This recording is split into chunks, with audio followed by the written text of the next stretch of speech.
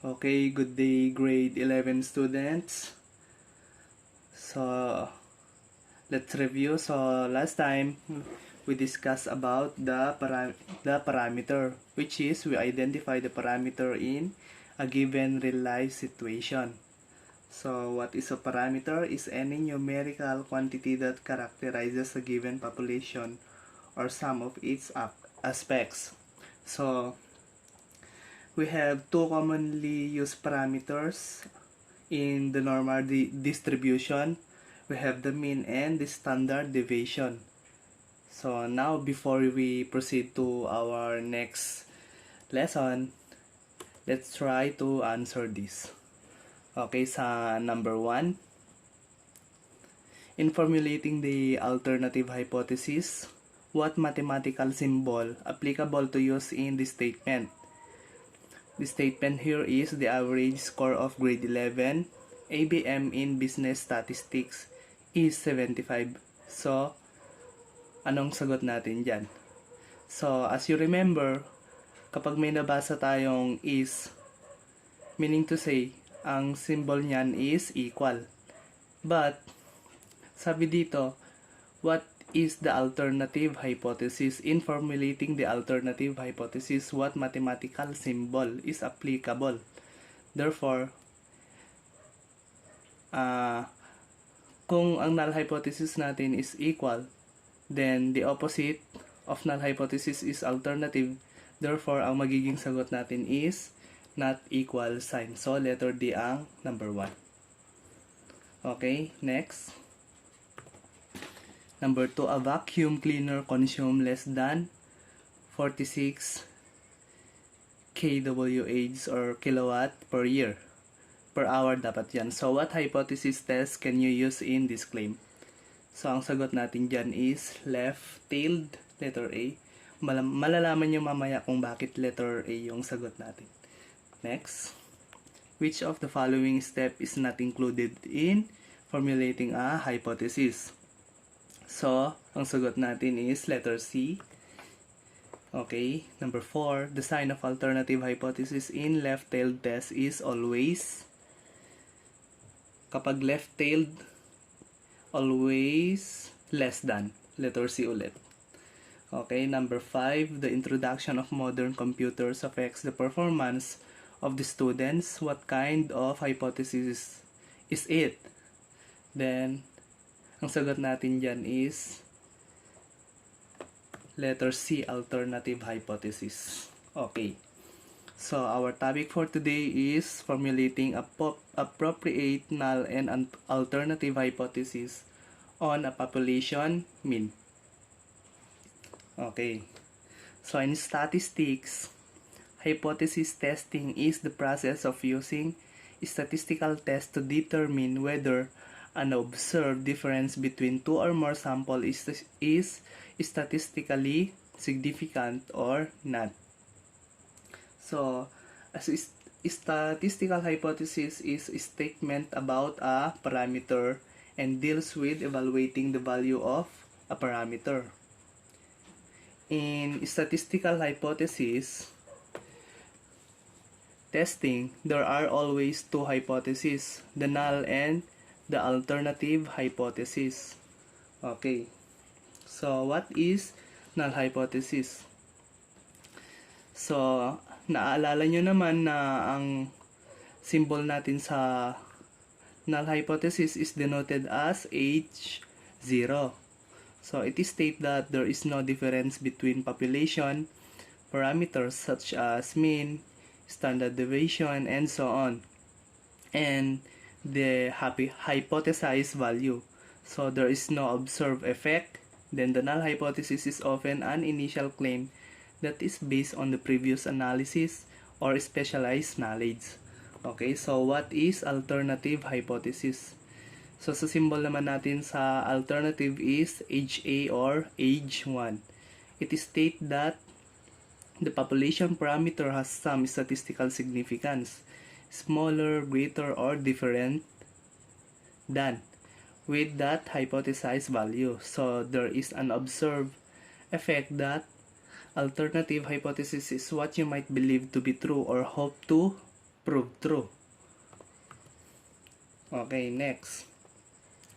To state the null hypothesis and alternative hypothesis correctly, so we have here the steps para ma-formulate natin ang null at saka alternative hypothesis. First is, identify the parameter in a given problem. Then next, identify the claim to be tested that may show up in null and alternative hypothesis. Next step, translate the claim into mathematical symbol. Then, formulate first the null hypothesis, then alternative hypothesis based on the three different ways in writing hypothesis as illustrated. Ayan. So, ito yung magiging symbol natin kapag i-write down na natin yung parameter or claim natin.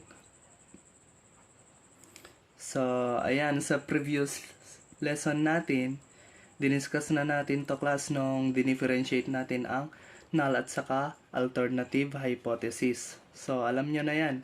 Yung HO is denoted as the null, H0 I mean. Then, mu as the parameter. Then, equal as the sign of null hypothesis. Then, K as the specific value. So, HA is the alternative hypothesis. Okay, let's have an example na. Let's try this. The survey showed that the number of students have parents with a house of their own is less than 20. So, as you can see, meron tayong word na less than dito. Kaya, ang symbol natin is less than. Then, the number of students have parents with a house. So, N is less than to 20. Yan, sample natin. Okay, next. The average weight of grade 11 students in senior high school is 169 centimeter. So, is this claim is true?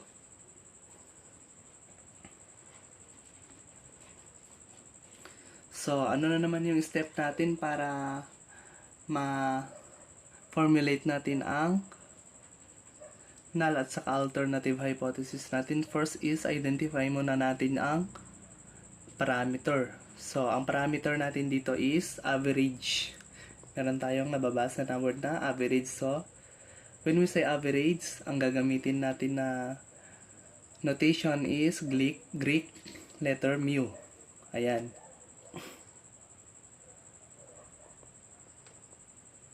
Then, the claim in this example is that the average weight is 169 centimeter.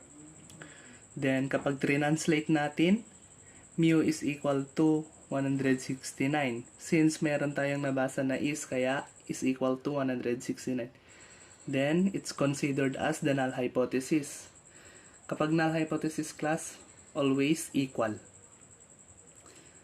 So, ang claim natin dito is H0 such that mu is equal to 169. Then, to formulate the alternative hypothesis as the complement of null hypothesis, which is the average weight, is not equal to 169. So, ganito pag ni-write down natin into symbol. The null hypothesis is the average weight of all grade 11 students is 169 cm or H0 such that mu is equal to 169. So, ito yung claim natin. Then, the opposite of the claim is the null hypothesis. The average weight of grade 11 students is not 169 or HA such that mu is not equal to 169.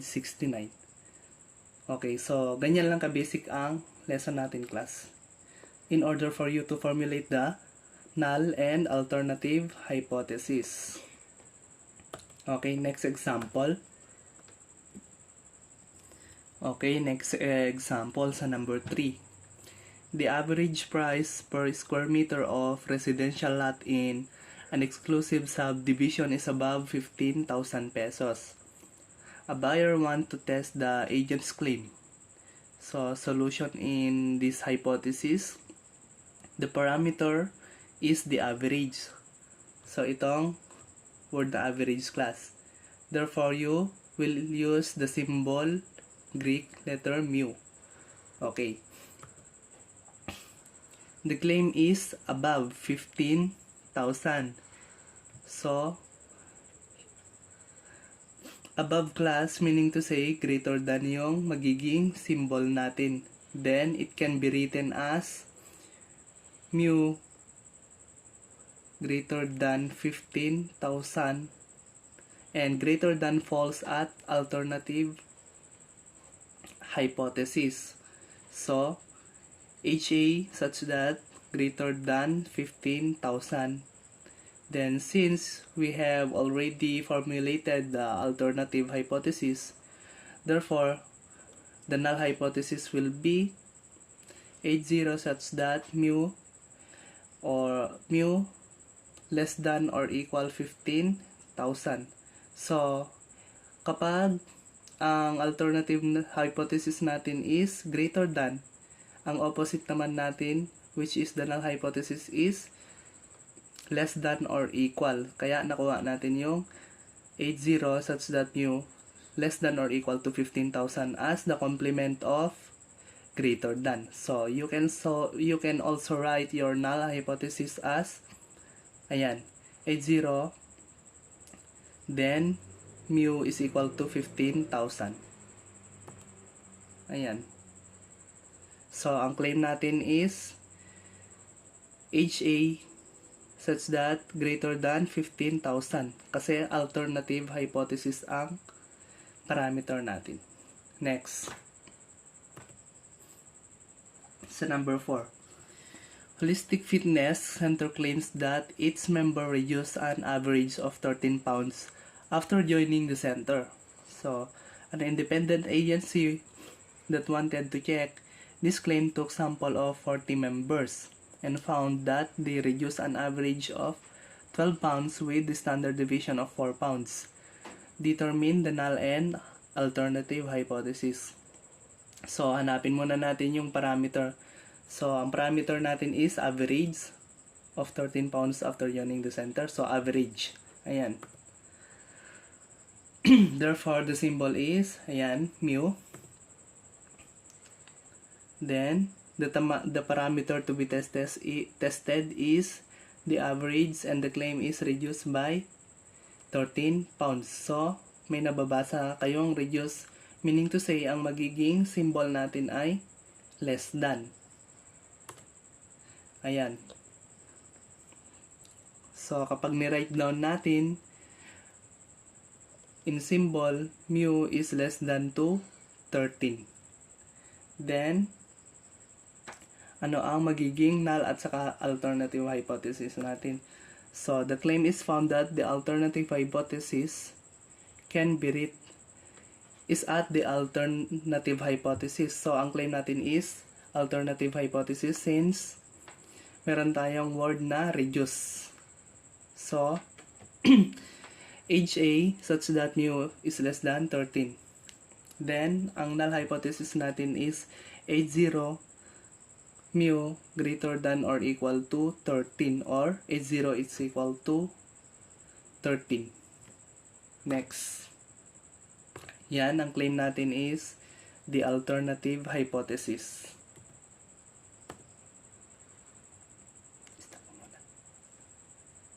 Okay, number 5. The treasurer of a municipality claims that the average net worth of families in the municipality is at least 730,000 pesos. A random sample of 50 families from this area produce a mean net worth of 860,000 pesos with a standard deviation of 65,000 pesos. So what are the null and alternative? So, ang parameter natin is the average and the claim is the average is at least 730,000. So, may nababasa kayo dyan na at least class. Therefore, the symbol is greater than or equal. Ayan. So, ayan. Which means that the claim is at the null hypothesis. So, matik, Kapag equal, magfo-fall siya sa null hypothesis. Yan. In the alternative hypothesis, you will use less than. Yan. Magkasalungat sila. Kung greater than or equal ang alternative hypothesis natin, ay ang null hypothesis natin, ang alternative naman natin is less than as its complement. Ayan. So, when we write it in their symbol, H0 such that mu greater than or equal to 730,000. Then, yan yung claim natin. The null hypothesis. So, alternative hypothesis is HA such that mu is less than 730,000. Ayan.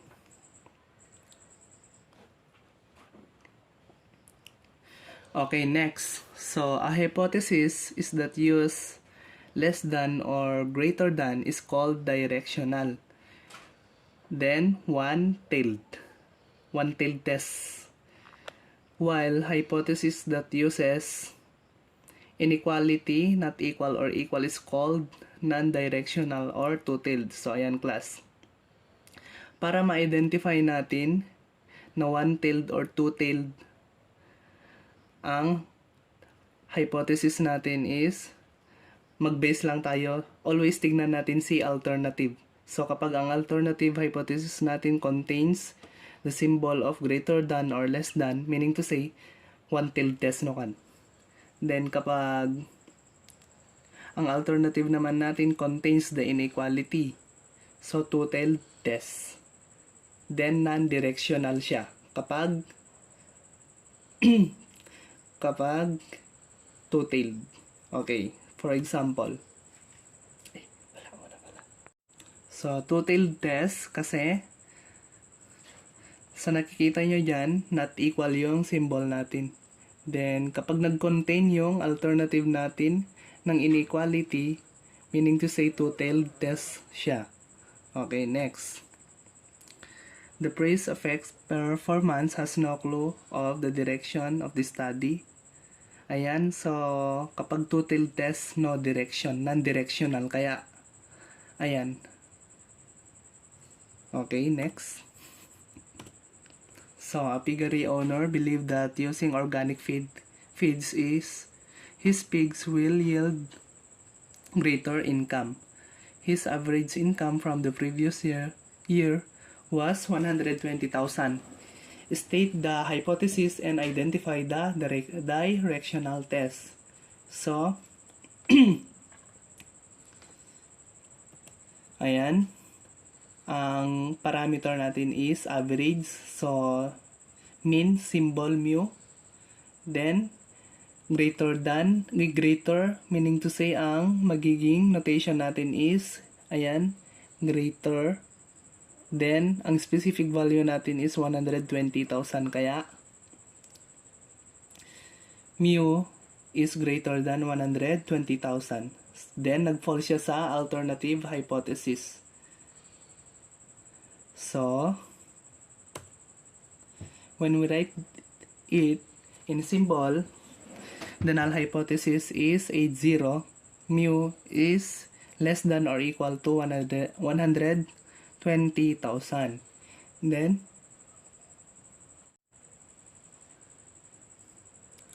so, ayan. Alternative hypothesis is mean is greater than 120,000. So, bakit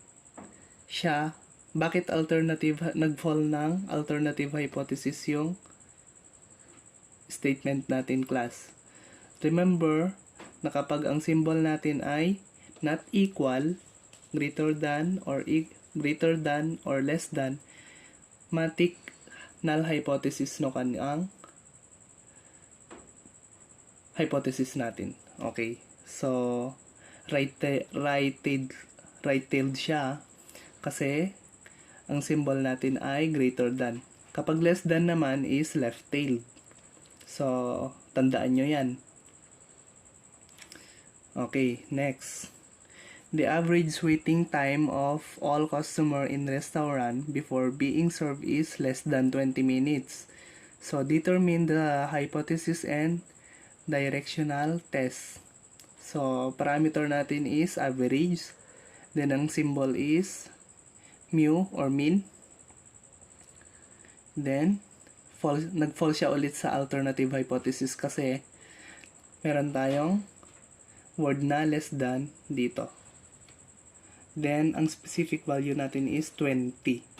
So, when we write down in symbol, mean is less than 20. Okay. So, the null hypothesis here is 80, mean is greater than or equal to 20. Then, the alternative hypothesis is mean is less than 20. So, ayan. Kapag less than, left-tailed test. So, anong tanong dyan? Determine the hypothesis, then the directional test. So, directional tong test natin since one-tailed test. Ayan, pati yung number 2, directional yan. Okay. Okay, next. Let's hypothesize. Okay, number 4. Miss De La Cruz claims that her student scored an average of 91 in their mathematics quiz. The master teacher wants to know whether the teacher's claim is acceptable or not. So, ayan, acceptable ba or not? So, kapag acceptable, meaning to say, the null hypothesis is the mean is equal to 91. Kapag not naman, the alternative hypothesis is the mean is not equal to 91. So, yan yung ma-hypothesize natin. Okay. So, next, number 5. A car manufacturer claims that the mean selling price of all cars manufactured is only 150,000. A consumer agency wants to test whether the mean selling price of all cars manufactured exceeds 150,000. So, ang null hypothesis natin ay 80, mean is equal to 150,000. So, bakit mean? Ayan, meron tayong word na mean dyan, kaya mu or mean yung ginamit nating symbol. Then, alternative hypothesis is age A, mean is not equal to 150,000. Ayan. Okay, next. The average power consumption of an air conditioner is at most 2,700 watts as claimed by the owner. A survey made by an electric power company found out that the mean consumption is 3,000 with the standard deviation of 225. So, age on natin, age 0, mean is less than or equal to 2,700. Then, yan yung claim natin. Since may nabasa kayong atmosmatic, ang magiging symbol natin is less than or equal. Then, nag-fall siya sa null hypothesis. Then, ang alternative hypothesis natin ay mean is greater than 2,700. Then, ang type ng test na to ay right-tailed test or one-tailed test. Okay, next. Identify whether the given hypothesis is one-tailed or two-tailed. Write 1 if it is one-tailed and 2 if it is two-tailed test. Okay, number 1. A used car dealer says that the mean price car in the Philippines is at least 350,000. So, ayan, may nakita kayo dyang at least, meaning to say, ang magiging symbol natin dyan ay greater than or equal. If the null hypothesis is greater than or equal to 350,000. Then, ang opposite naman ng null hypothesis natin kung sakali is less than 350,000 as the alternative hypothesis. So, anong type of test ito? It is a one-tailed test. Kaya 1. Next.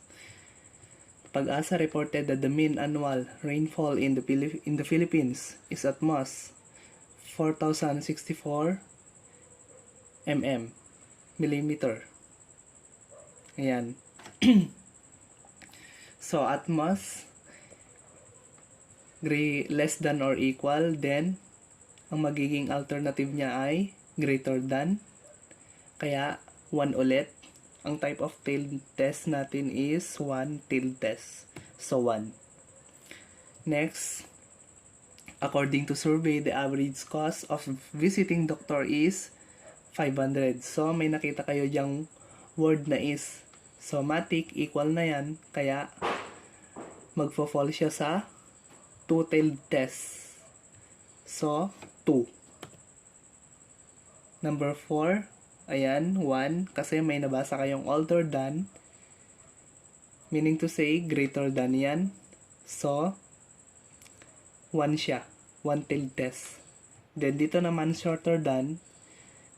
Then, ang magiging symbol yan ay less than. Kaya, 1 ulit. One-tailed test. So, kapag less than, anong type of one-tailed test yan? It is a left-tailed test. Then, dito naman is right-tailed test. So, yan lang class. Antayin nyo na lang yung seatwork na ipapagawa ko sa inyo. Goodbye. Thank you and God bless everyone.